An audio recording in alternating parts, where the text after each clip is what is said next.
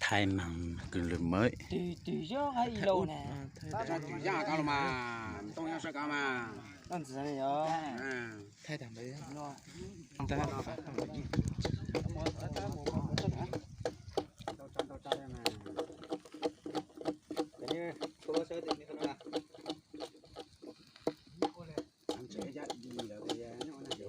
ủa chị à ủa nhà nào là cái tây ra nó gần nào nó bắt tuổi mau để sát chỉ giống này hả có cho sao đấy chốt rồi hả à chú bảo cạn lửa là còn thôi chứ sao bây giờ sao tây mà sao phụ lâu do phải chia mà người ta làm mua lạc khác rồi. cô đang lại chúa tao mà tiền lái tao nó tao nó chơi nó một chỗ tao ra lao ra tắt kia đấy giờ một cha sao có đa đấy đó nhàn ta đâu sao thế nào lên cho nhá sao có đó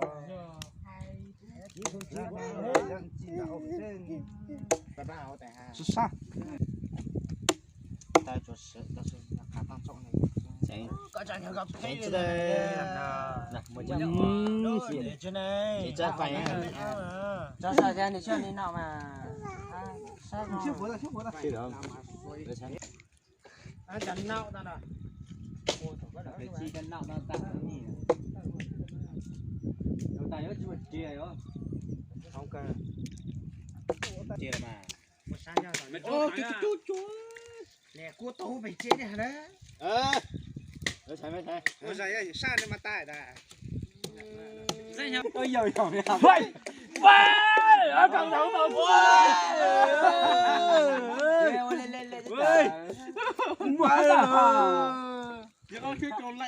Tình kia cho nên gian trọng nhất định rồi nhé. anh sát ta nấu nào mà Nghe còn tiếng nữa ta nhỉ. đây số đi 也之后等也了就大家个。然后干。 nghe nhá chị mạng nó tải chứ à ê tàu vô nó bị đổ rồi là tụi nó cứ xe sơn rồi mình cho nó tự nhiên rồi mạng tham ấy mình chưa mua gì cho đấy rồi lấy cho một tí nó đi làm chỗ nhau cảnh nó là đi cố chạy đường nha làm tăng cơ cơ có dám sao đó Thầy có tiền tuổi, thầy có tiền tuổi nào đây? Đây, tao hay nó mới họ chồng là bị sao nhỏ vậy nó sẽ phải bán cho mấy nhà tôi thì ta anh nó làm sao nó nhiều, nó nhìn đâu gì? cho rong cả chín chia Trên đậu nữa. hai người bệnh nhân đây mấy bạn anh bệnh nhân tiến ta anh khá kỹ tuổi Sang của mấy tụi cả nó kia hành trang tụi đã.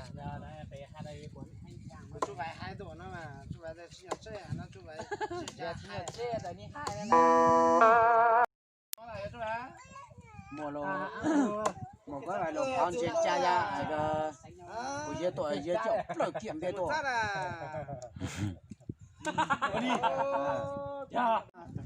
thằng này nữa cháu là sát rồi nó thì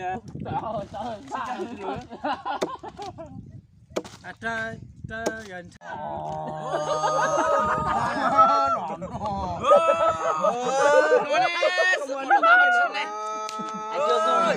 Con dâu đâu rồi? Cha có gì đây? cho phải chân là chứ ra chơi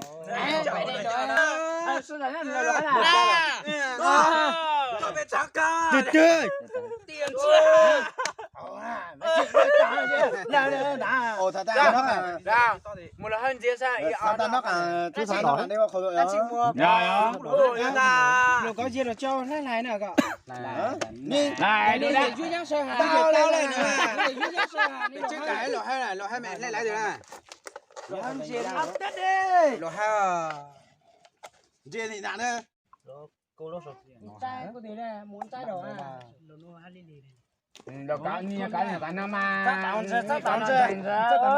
tao chưa có hát chuồng cả như chắc có. Mày này cái chỗ nó mày xuống cố này không? À dạ chơi luôn trời cả. Sao thế này? Ôi ra lại bông cái giải lắm rồi là. Một thì nó cao là mày lại qua.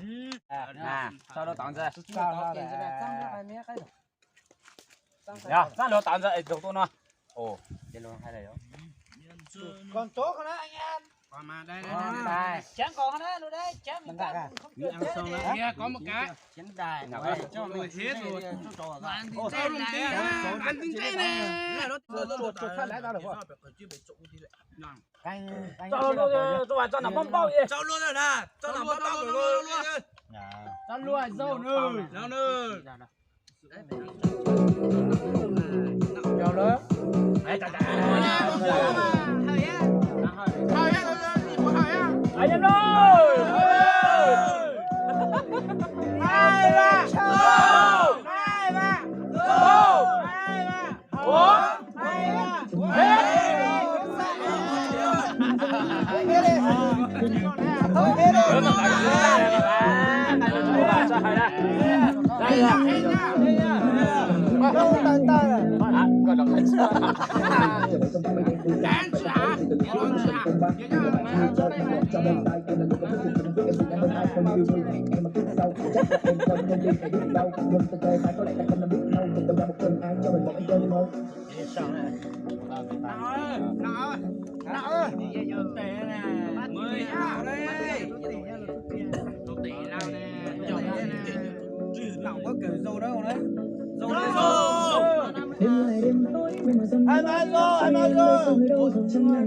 Hết luôn nhá, không kể tay á.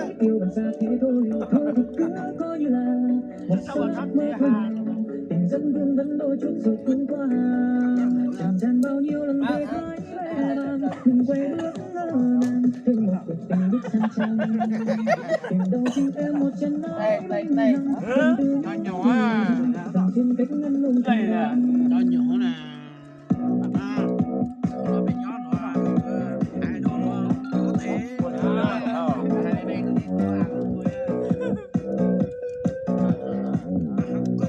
Dạ. Tay rồi đâu bên nào? Nó tay luôn rồi. Nó là cho nó nè. À trước tay đã cho nó đá, chết rồi cái lửa ta nè.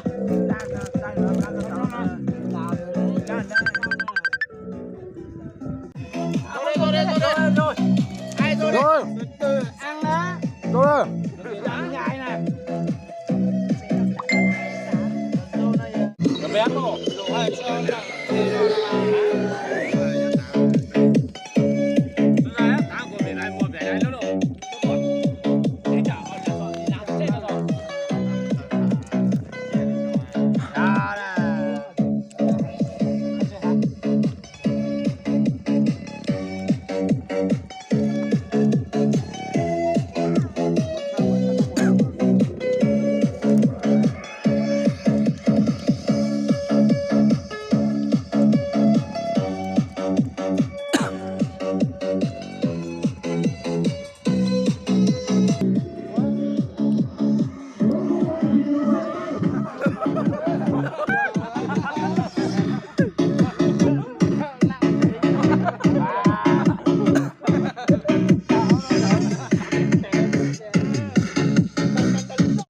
Thôi.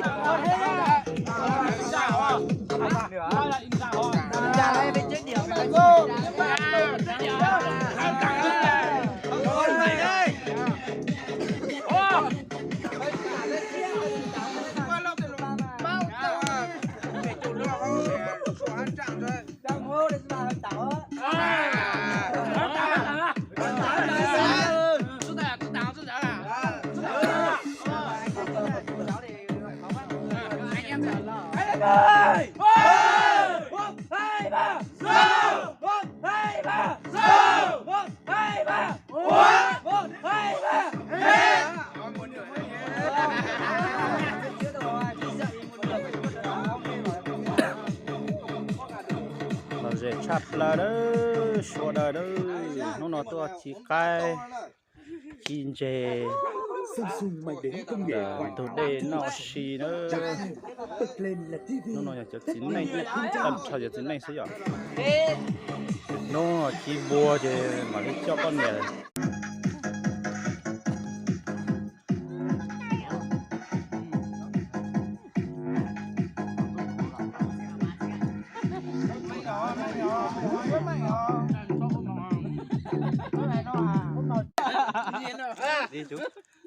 nó nói tôi chỉ cái bộ lò dày thế lò dày cha liền đi lâu ơi lò dày cha rồi y cờ đấy nhở ít cơ mình muốn luôn chạp lời liền Cha cái đầu ấy.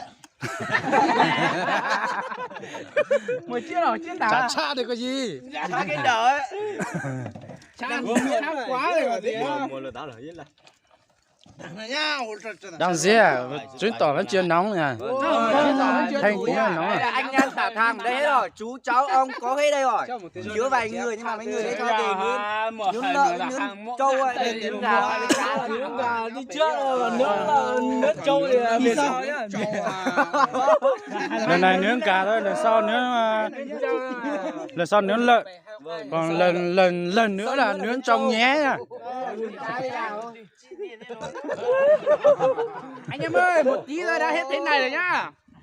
10 phút thôi nhá đây là 10 phút là 10 phút là hết thế này rượu rồi nhá. 5 ly rồi nhá ngay là chi từ mà ít tổ này ra mình mới 400 nhỉ chi tay này rồi bài lúc này đó bao nhiêu tư đây là nhiêu tư lá sữa chuyện cho này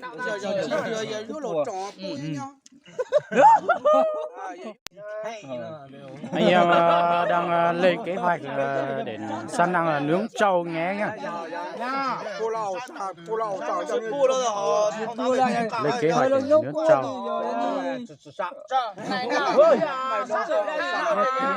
lại nữa Anh có cho nó nướng trâu cho cái chuyện hậu chuyện gì lâu hay cho đại đánh nó lại nhọc khen cho nó chín tù đây nữa cho tôi một nhọc khen cho lên thì nào cho lên thì để cho rồi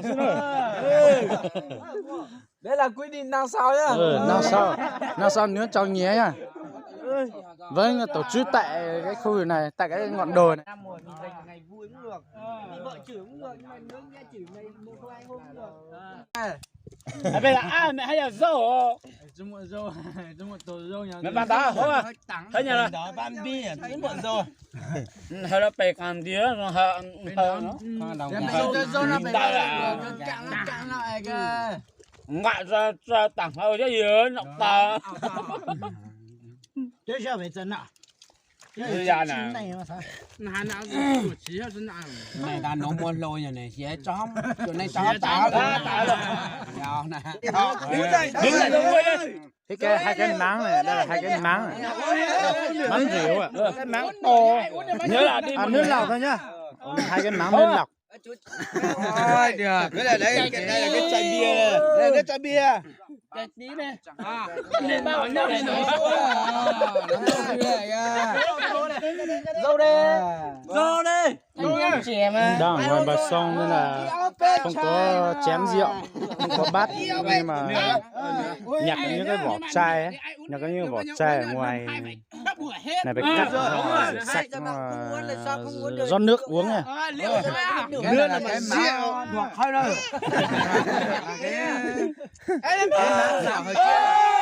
một hai ba dâu một hai ba dâu một hai ba một hai ba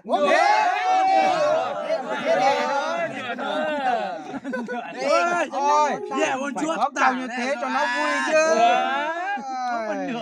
nửa đó là một thằng hình cả nó tao trong cảnh sư một đan đê là một đây à cho là bác cháu này. Cảnh cạo cho nên cháu chiếc cái nồi cái đề hồ là ba. phê không được tán nha ai đi giống cả này cái cả này có người dùng cá hầm đấy có điều kiện thì được Cho hơi chua. anh chị ơi một khi đang anh cảm giác một táp cái Cậu một tí khí rồi là. Tôi mà nó là do đây. Cho nên đã một cha ta như thừa cái chia. Rồi là rốt con tầm bằng rồi. Nó thật dân dân chào lỗ rồi. Chiến nào nó tới rồi chứ đi ra đó. Thế là nó là Cũng là thôi mà. Để mấy phải lo giải giải mà phải đi nào lặng rồi. Hơi lâu ta là. Người ơi sao là vay lỗi vay là gì rồi vay lỗi vừa vay lỡ mẹ hả? Vay lỗi chân mà. Vừa vay lỡ hả? Vừa vay lỡ. Đấy là chưa mẹ nó là chưa.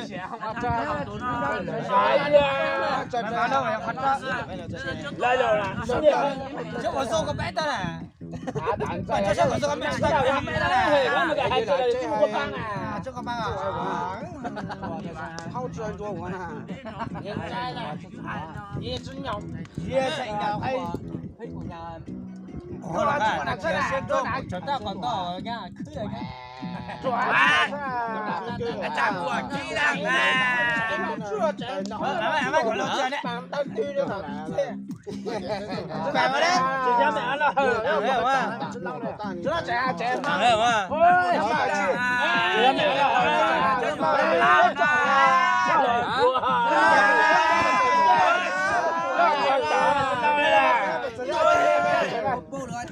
Tao tôi đó, tôi thấy bé nó luôn là chuyện con trâu này, điện khóc cười lên này.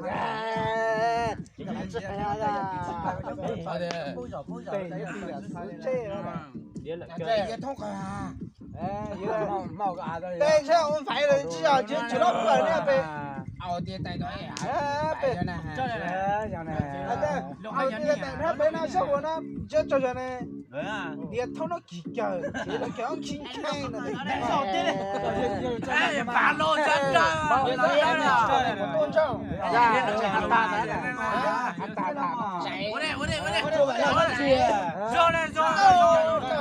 Cháy bên lão này.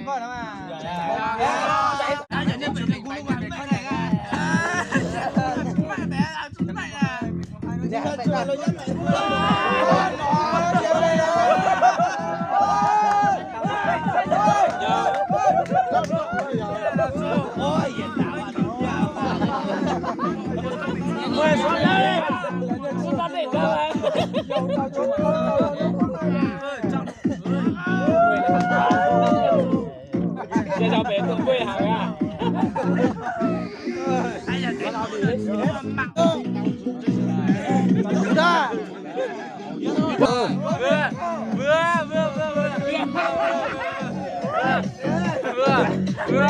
Con cháu tôi à. Cái này là cái gì? Cái này là cái gì? Cái này là cái vừa. Cái này là cái lòng thôi. Em cho qua. Ở đây nữa.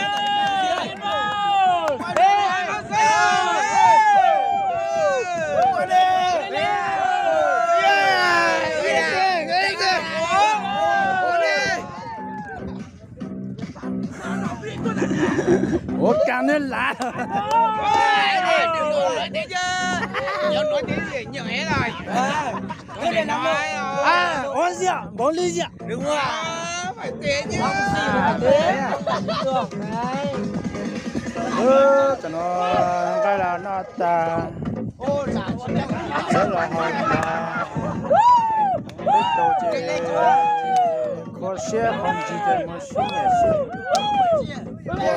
Làm vòng lão dễ chọc lời thôi.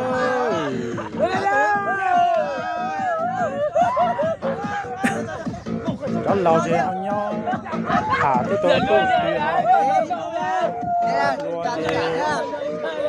nhà đi đó làm vòng đi chập bờ đấy.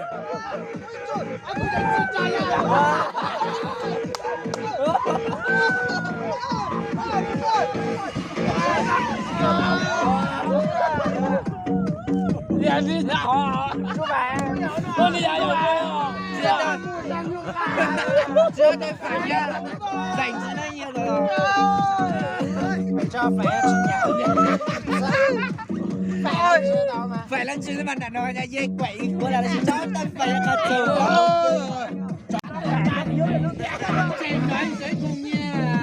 Cứ mà sao tí vào cho nó trên đấy giấy nhẹ luôn.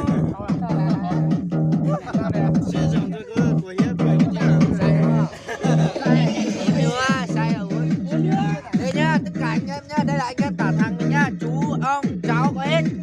Còn cháu này chắc chỉ có 2 người đây thôi. Tất cả là chú hết nhá. Ô, cháu anh em nhờ. Đây bị vợ chửi ga, cố gắng nhá. Hôm nay bị ba, được chưa? Cho Gì á? ba người.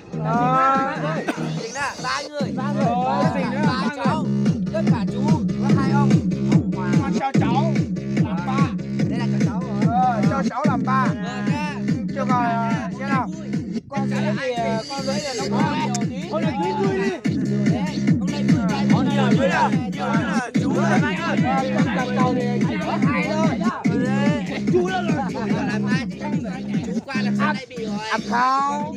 Còn cầm có ba nữa chứ nhờ. Đúng rồi đấy. Đây có một ba hòa với trời nữa. Ôi, con cầu thì đúng có ba đây nào. Nhưng mà bạn Thành nhá. Bên kia bên đây là như là trong này là cho Thành đi. Đây Thành nữa. Cho Thành nữa nè. Cho Thành đi. Cái cặp cầu đấy sốt nửa lít à. Anh không phải nửa lít. Đây anh ơi. Đây. Đi cả đi. 25%. 20 có à? Số lên. Số lên.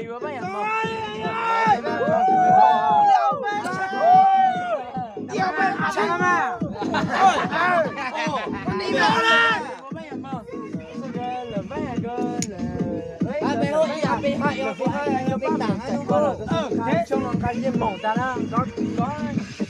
Có kết quả là như mỏng á, có chia sẻ kinh nghiệm ha.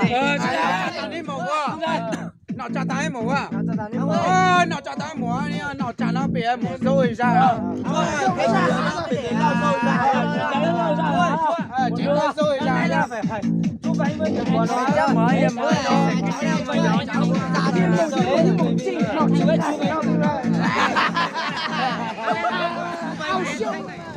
đéo bò không? Có quay đéo đâu? Mẹ mày.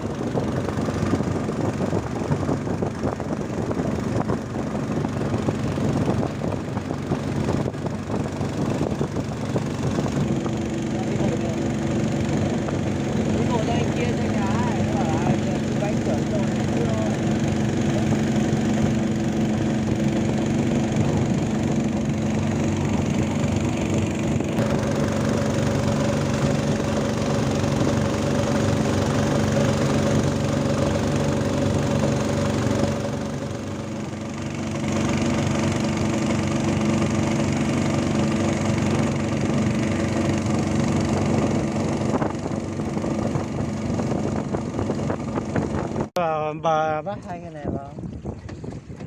Một dạo nó chế cho tí cho tao.